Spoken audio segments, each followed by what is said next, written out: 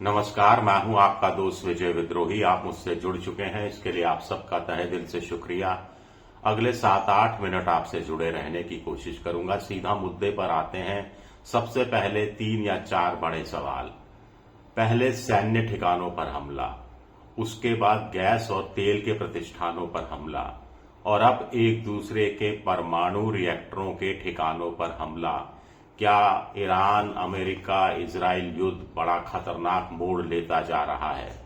दूसरा सवाल, प्रधानमंत्री मोदी की ईरान के राष्ट्रपति से एक बार फिर बात हुई है फोन पर।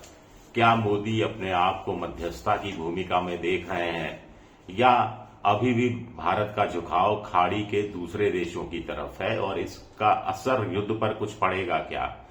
तीसरा बड़ा सवाल, राष्ट्रपति ट्रंप ने 48 घंटे का अल्टीमेटम ईरान को दिया है। हरमुज की खाड़ी खाली करो, नहीं तो हम जबरन खाली करेंगे। और दुनिया के 20-22 देशों ने पहली बार अमेरिका का समर्थन किया है कि हरमुज की खाड़ी खुलवाने में वो मददगार साबित हो सकते हैं। इनमें भारत है या नहीं पता नहीं, लेकिन सबसे बड़ा सवाल, क्या 48 घंटे बाद युद्ध भीषण स्थिति ले लेगा और हरमुज की खाड़ी पर कब्जा ट्रंप का क्या अंतिम लक्ष्य है? उसके बाद डीएस्केलेशन नए सिरे से शुरू हो जाएगा। एक और सवाल है, कतर ने हीलियम का उत्पादन बंद कर दिया है, उसकी सप्लाई बंद कर दी है।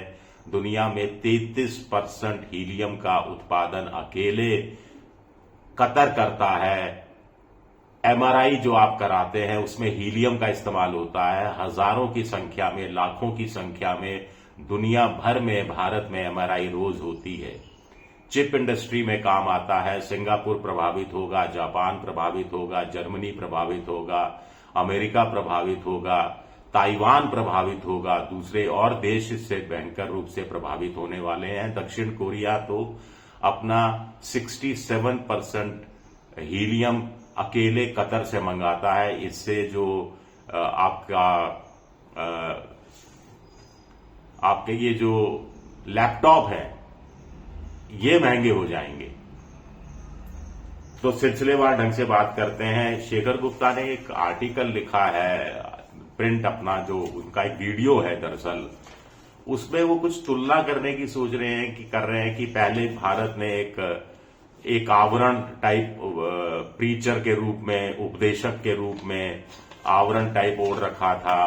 वो भी गलत था। जो नेहरू जाकर भाषण दे आते थे, सबक सीख दे आते थे, और अब विश्वगुरु इसी भूमिका में नजर आते हैं। तो दोनों चीजें उनके हिसाब से पूरी तरह से सही नहीं है भारत की विदेश नीति के हिसाब से।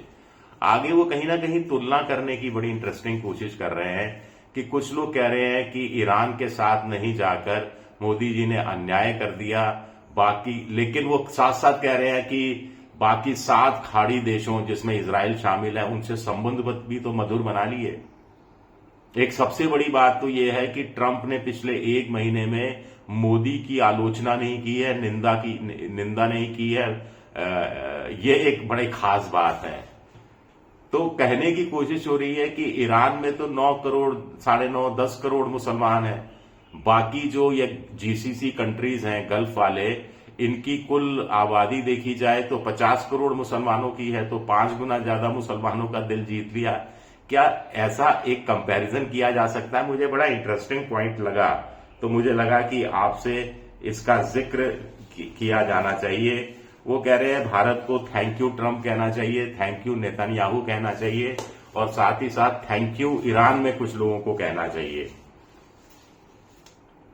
बड़ी खबर ईरान इजराइल युद्ध से जो है कि ईरान ने जो डिनोमा एक शहर है इजराइल का, वहां पर उनका एक सीक्रेट न्यूक्लियर रिसर्च सेंटर है, वहां पर हमला किया है। उसके स्टाफ क्वार्टर्स को नष्ट किया है। ये शहर से करीब आप देखिए कि 17 किलोमीटर दूर है, और नेवाटिम नाम का इजराइल का सबसे बड़ा एयरबेस भी है। अराड शहर पर भी हमला किया है। सैकड़ों की संख्या में लोग घायल हुए हैं, शहर खाली करवाया जा रहा है और आधा टन बारूद की मिसाइलें फेंकी गई। ईरान ने यह हमला इसलिए किया क्योंकि इससे पहले ईरान में के नितांत में जो उनका परमाणु ठिकाना है उस पर इजराइल ने बम बरसाए थे। 1960 में फ्रांस की मदद से ये परमाणु प्रतिष्ठान बनाया गया था। इसमें होता क्या है, यूरेनियम एनरिचमेंट का काम होता है, क्या होता है पता नहीं। तो ईरान का कहना है कि हमने तो बदला लिया है, हम पर हमला करोगे तो हम आप पर हमला करेंगे। दूसरी खबर यह है कि टुकड़ों टुकड़ों में एक आध खबरें और हैं, इसमें मैं आपको बता दूं कि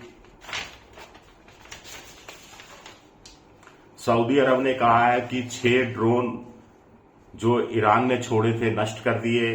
3 मिसाइलें भी ईरान ने छोड़ी थी, एक को इंटरसेप्ट कर लिया गया, 2 गैर आबादी क्षेत्रों में गिरी।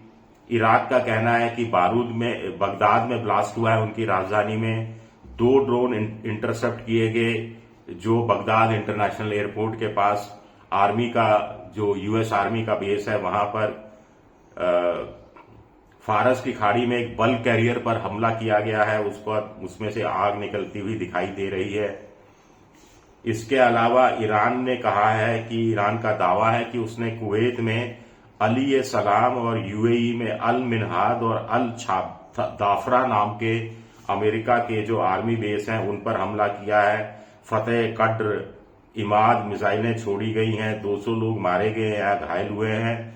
ईरान ने इसके साथ लेबनान में हिजबुल्लाह का शुक्रिया किया है जो उसके साथ कंधे से कंधा मिलाकर इजराइल का मुकाबला कर रहा है। हरमूज की खाड़ी को लेकर अब ट्रंप जिद पर अड़ गए हैं कि अब किसी भी कीमत में हरमूज की खाड़ी को खुलवाना है। ट्रंप ने इसके लिए चीन के राष्ट्रपति शी जिनपिंग से भी बातचीत की है। ट्रंप की सरकार का कहना है कि 8,000 टारगेट वो भेज चुके हैं, 200 से ज्यादा हवाई जहाज नष्ट कर चुके हैं।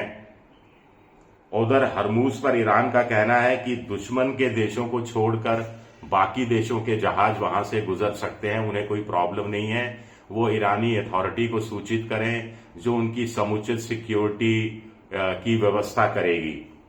22 देश दुनिया के साथ आए हैं कि हरमूज खुलना चाहिए। वो ईरान पर भी दबाव डाल रहे हैं कि बहुत हुआ, अब तो आप मान जाइए और हरमूज की खाड़ी को खोल दीजिए क्योंकि अंतर्राष्ट्रीय स्तर पर एनर्जी का बहुत नुकसान होने वाला है। इजराइल ने पहली बार माना है कि उनका एयर डिफेंस सिस्टम काम कर रहा था, पर मिसाइलें ईरान की तरफ से आ गई और हिट कर गई और वो पता नहीं लगा पाया उनका एयर डिफेंस सिस्टम। इसको भयंकर चूक माना जा रहा है। हाँ, ईरान ने एक और दावा किया है कि उन्होंने इजराइल का एक F-16 जहाज सेंट्रल ईरान पर से जो उड़ान कर रहा था उसको मार गिराया है। IRGC ने कहना है ये तीसरा F-16 मार गिराया गया है। IRGC का ये भी कहना है कि अब तक अमेरिका और इजराइल के 200 से ज्यादा जहाज या ड्रोन या फाइटर जेट या हवा में जो तेल भरने का काम करते हैं वो जहाज नष्ट कर दिए गए हैं। ये खबर आ रही है। एक और इंटरेस्टिंग खबर है कि अभी जो ट्रंप ने ईरान को इस बात की इजाजत दी कि वो जो उसका सरप्लस तेल है 140 मिलियन बैरल के आसपास, वो तेल चाहे तो वो बेच सकता है। अगर ईरान ने कहा है कि उनके पास सरप्लस तेल है ही नहीं, जितना तेल निकालते हैं वो बिक रहा है, लेकिन 140 मिलियन बैरल तेल अगर ईरान बेचता है, जो बेच ही रहा होगा, तो $14 बिलियन का मुनाफा होगा। यानी $14 बिलियन का मुनाफा ट्रंप एक तरह से ईरान को करवा रहे हैं। ये अपने आप में बड़ी इंटरेस्टिंग खबरें हैं, छोटी छोटी खबरें हैं। लेटेस्ट आंकड़ा जो अधिकृत रूप से है कि ईरान के 1,444 मारे गए हैं, इजराइल के 18 मारे गए हैं, अमेरिका के 13 सैनिक मारे गए हैं और गल्फ देशों में इधर उधर 21 नागरिक ड्रोन के हमले से या उसका मलबा है उसकी वजह से मारे जा चुके हैं। शुक्रिया मुझसे जुड़े रहने के लिए। पसंद आए तो लाइक कीजिए, सब्सक्राइब कीजिए, शेयर कीजिए। आप मेंबरशिप ड्राइव में भी जा सकते हैं। शुक्रिया, बहुत बहुत शुक्रिया।